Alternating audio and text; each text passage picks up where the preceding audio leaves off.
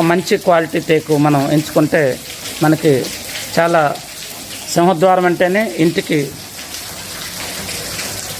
ఒక ప్రత్యేకమైనది, ఒక వైబ్రేషన్ ఇచ్చేది, ఒక మంచి పాజిటివ్ ఎనర్జీ అనేది మనకి ఒక సింహద్వారం పెట్టడం ద్వారానే వస్తుంది. ఇక్కడ మీరు చూస్తుందంతా కూడా గ్రౌండ్ ఫ్లోర్. ఇది గ్రౌండ్ ఫ్లోరు. ఇప్పుడు మీరు చూస్తుందంతా కూడా గ్రౌండ్ ఫ్లోరు.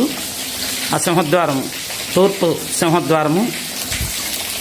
చూడండి, ఉత్తర దిశలో కూడా ఉపద్వారం అనేది పెట్టడం జరిగింది.